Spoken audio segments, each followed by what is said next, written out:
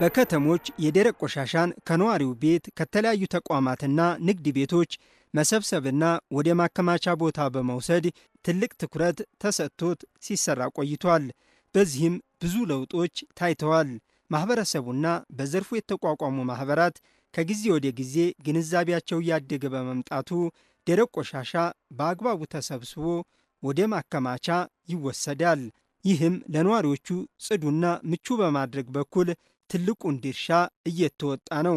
ነዋሪዎቹና የማህበራት አባላት ምስክርነታቸውን እንዲህ ይሰጣሉ። ደረቅ ቆሻሻ በማዳበሪያ እናጠራቅማለን፣ ከዛ እናስቀምጥላቸዋለን። በ4 ቀንም በ5 ቀን ይመጡና ቀጥታ የሚጠራቀሙበት ቦታ አለ። በማህበር የተደራጁ ናቸው። ከዛ እነሱ ደግሞ አንድ ቦታ ያጠራቅማሉ። ገልባጭ መኪና አለ፣ በሱ ይዘው ቀጥታ የሚጣልበት ቦታ ይጥላሉ። እርጥብ ለብቻ፣ ደረቅ ቆሻሻ ለብቻ። ይሄ ነው ቆሻሻውን መለየት።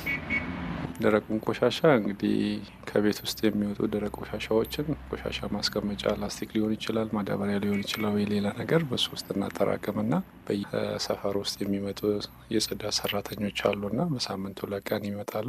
ያንን ያጠራቀምነውን ደረቅ ቆሻሻ አንድ ላይ አከማችተን እንጠብቃቸዋለን። በሚመጡበት ሰዓት ላይ ለእነሱ የምንሰጥበት ሂደት ይኖራል። እነሱ ከየሰፈሩ ከየአካባቢው ያንን ነገር በመንቀም ከዛ በኋላ የሚያስወግዱበት ሁኔታዎች ይኖራሉ ማለት ነው። ከተማ እያጸዳን ነው፣ እንጠርጋለን። የመንገድ ዳር በሞላ እናጸዳለን። ውስጥ ለውስጥም የኛ ነው እንሰራለን። መኪናን የሚያነሳልን የምክር ቤት መኪና አለ፣ ወስዶ ይጥልልናል። እኛ ብቻ ሰብስበን መኪና ሲመጣ እንጭናለን እኛ ራሳችን። ከጧት ጀምሮ እንደምታዩት በሌሊት ነው 11 ተኩል የምንነሳው። ሁልጊዜ ነው፣ እሁድ ብቻ ነው እረፍት።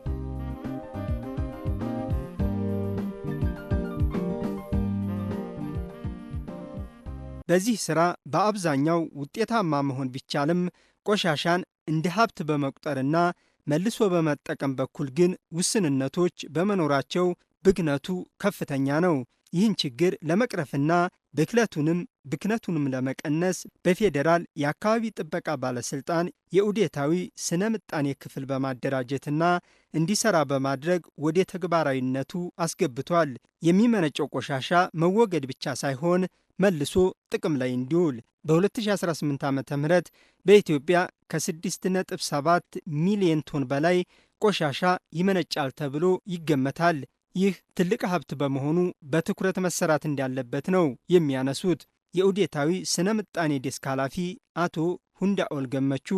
አንዳንድ ዳታዎች እንደሚያሳዩን ከሆነ ወደ 134 ሚሊዮን አካባቢ ላይ ደርሷል የኢትዮጵያ ሕዝብ ቁጥር። ስለዚህ ከዚሁ ጋር ስናይ የህዝብ ቁጥሩም በበዛ ቁጥር የሚመነጨው ቆሻሻም በዚሁ ልክ ነው ማለት ነው። ለምሳሌ በኢትዮጵያ በአመት የሚመነጨው ቆሻሻ ወደ 6.76 ሚሊዮን ቶን ይመነጫል ተብሎ ይታሰባል። በዚህ አመት ማለት ነው። ይሄ በጣም ትልቅ ሀብት ነው ማለት ነው።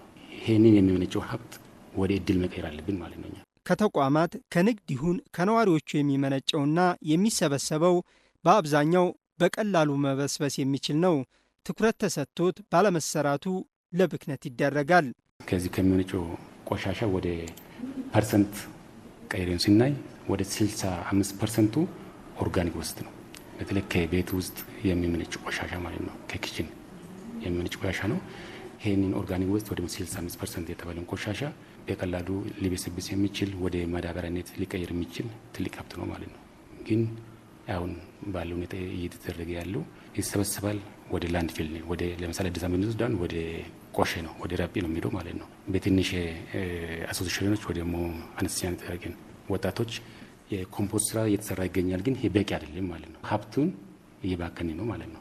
መበስበስ የሚችለውን ከምንጩ ባለመለየቱ ሁሉም ደረቅ ቆሻሻ ተብሎ ይሰበሰብና ወደ ማከማቻ ይጓጓዛል። በሚከማችበት ቦታ ሽታው ማህበረሰቡን ያስቸግራል። እንደ ፕላስቲክ ያለው ደግሞ በነፋስ ስለሚወሰድ ወንዞችን ይበክላል። መበስበስ የሚችለው ቢያንስ ኮምፖስት መሆን ይችል ነበር።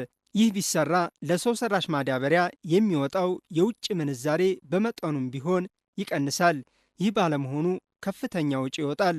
ቆሻሻው ደግሞ አካባቢ በመበከል በሰው በቤት እንስሳትና በመሬት ምርታማነት ላይ አሉታዊ ተጽዕኖ ያሳድራል።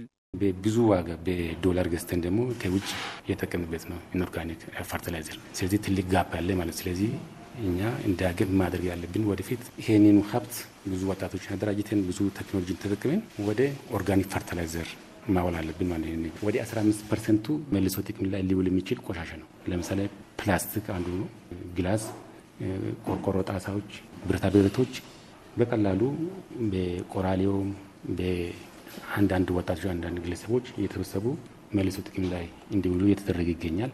ከዚሁ ቀሪው ወደ 20% ደግሞ ሀዛርድስ ወስን በቀላሉ ሪሳይክል የማይሆኑ መልሶ ጥቅም ላይ የማይውሉ 20% አካባቢ ይሆናል ተብሎ ይታሰባል። እሱ ደግሞ በአግባቡ ማኔጅ እንዲደረግ እየተደረገ ይገኛል ማለት ነው። ደረቅ ቆሻሻን መልሶ በመጠቀሙ በኩል ያሉ ውስንነቶችን አቶ ሁንዳኦል እንዲህ አንስተዋል። ይህን መልሶ ለመጠቀም ብዙ ቻሌንጆች እንዳሉ ይታወቃል በኢትዮጵያ ማለት ነው። ትልቁ ችግር የሆነው ቆሻሻን ከምንጩ የመለያየት አንዱ ችግር ነው። ስለ ሰርኩላር ኢኮኖሚ ወደ ቆሻሻ መልሶ መጠቀም ስናወራ ህዝቡ የሚያመነጨውን ቆሻሻ በየዘርፉ ለይቶ እንዲያስቀምጥ ያስገድል። አሁን በተለይ አሁን የተሻሻለው የደረቅ ቆሻሻ አያያዝና አወጋገድ 1383 ዘንድሮ የተሻሻለው አዋጅ ነው ይሄኛ ማለት ነው። ኦርጋኒክ ወስቱን ለብቻው ወረቀትን ለብቻው እንደዛ አይነት አድርጎ ቢያስቀምጥ ለኢኮኖሚው እያደረገ ያለ ኮንትሪቢዩሽን በጣም ከፍተኛ የሆነ ይሄዳል ማለት ነው። ሌላው ኢንፍራስትራክቸሩ በዚህ ልክ በጣም ችግር ነው ማለት ነው። የመሰረተ ልማቶቹ ማለት ነው። ቆሻሻውን በየዘርፉ ደግሞ ተለያይቶ ይቀመጥ ስንል ለዚህ የሚመች መሰረተ ልማት መዘርጋት ያስፈልጋል ማለት ነው። ማዘጋጃ ቤቶች ኃላፊነታቸው እዚህ ላይ ነው ማለት ነው።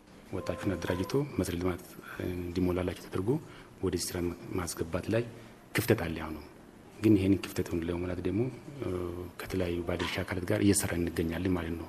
ፕራይቬት ሴክተሮቹ ወደዚህ እንዲገቡ ከማድረግ አኳያ እየሰራ ይገኛል። የህዝብ ግንዛቤም ለመጨመር ከጊዜ ወደ ጊዜ በጣም እየሰራ ነው። ለምሳሌ ዘንድሮ የክሊን ኢትዮጵያ ካምፔን አድርገን በሀገር ደረጃ በጣም ሰፊ እንቅስቃሴ ተደርገበት እንደዛ አይነት ነገር እየተሰራ ነው። ይህን በቀጣይነትም እየሰራን እንቀጥላለን ማለት ነው።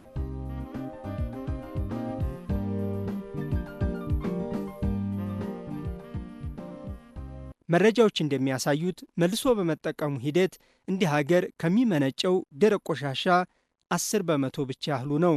ይህንን ወደ 50% ለማሳደግ ትልቅ ትኩረት ተሰጥቶ እየተሰራ ነው የሚሉት በፌዴራል የአካባቢ ጥበቃ ባለስልጣን የኡዴታ ስነ ምጣኔ ዴስክ ኃላፊ አቶ ሁንዳኦል ገመቹ ናቸው።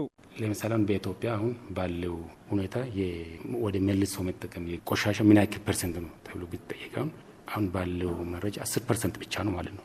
10% መልሶ ጥቅም ላይ ውላል ነው ባለው 90% ሌላ ቦታ ነው ማለት ነው። ወይ ደግሞ መልሶ ጥቅም ላይ ያልዋለ ቆሻሻ ነው ማለት ነው። ስለዚህ ገና ነው ማለት ምንም አልነካንም ማለት እንችላለን። ትልቅ ኦፖርቹኒቲ አለው። ብዙ ወጣቶችን ወደዚህ ዘርፍ ማስገባት ይቻላል። ብዙ የስራ እድልም ሊፈጥር የሚችል ዘርፍ ነው ማለት ነው ዘርፉ ራሱ።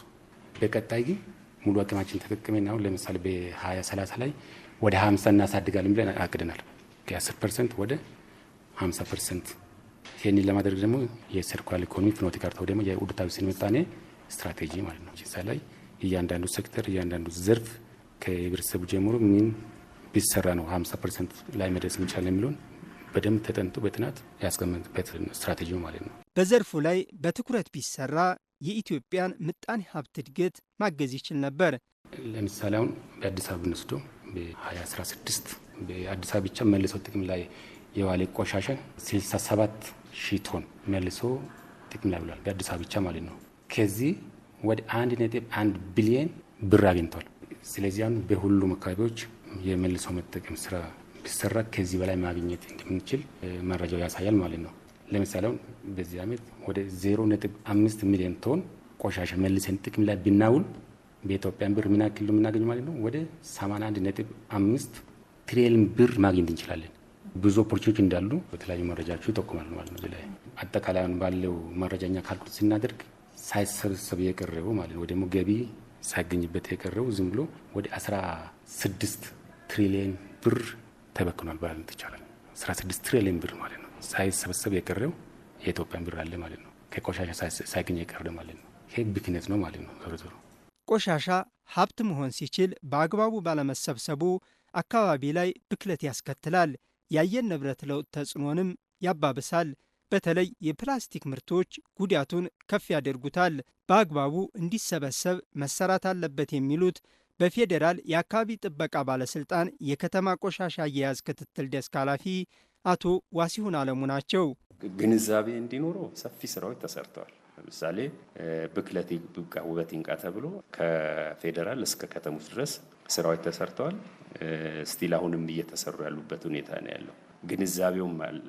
በቂ ነው ላይባል ይችላል። ከዛ ባለፈ ግን ስርዓት ዘርግቶ መልሶ መጠቀም የሚለውን ወደ መልሶ መጠቀም ማንችለውን ግን አግባብ ባለው መልክ አካባቢን በማይጎዳ የሰው ጤናን በማይጎዳ መልክ ማስወገድ። እኛ አሁን ወስደን ለአንድ ፊልም የምንጥለው አይነት ሳይሆን ማስወገድ ስንል ኦልሬዲ ሙሉ ለሙሉ የሚያደርሰውን ብክለት አምክነን የምናስወገድበትን ስርዓት መፍጠር ይፈልጋል።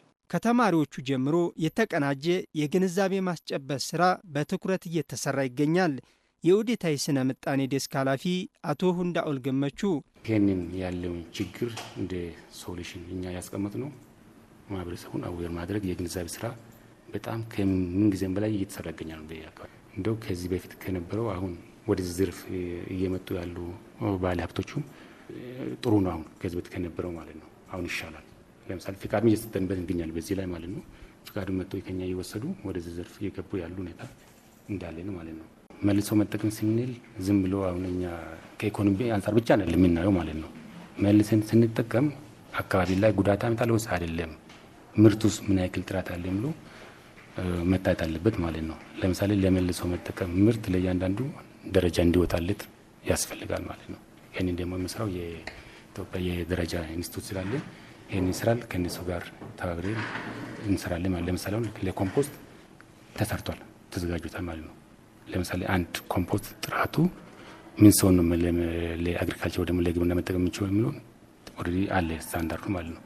ያንን ስታንዳርድ የማሟላ ከሆነ ችግር አለ ማለት ነው። ደግሞ አፈሩ ላይ መልሶ ጉዳት ላይ ያመጣ ስለሚችል ጥንቃቄ ያስፈልጋል ማለት ነው። ሌላ ምርት ላይ ምን ልክ እንደዚሁ ማለት ነው። ደረቅ ቆሻሻን በአግባቡ ሰብስቦ መልሶ መጠቀም የአካባቢን ጽዳት ያስጠብቃል፣ የኢትዮጵያን ምጣኔ ሀብትም ያሳድጋል። ስለዚህ ነዋሪው፣ ነጋዴው፣ የመንግስትና የግል ተቋማት ትኩረት ሰጥተውት በቅንጅት መሰራት መቻል አለበት።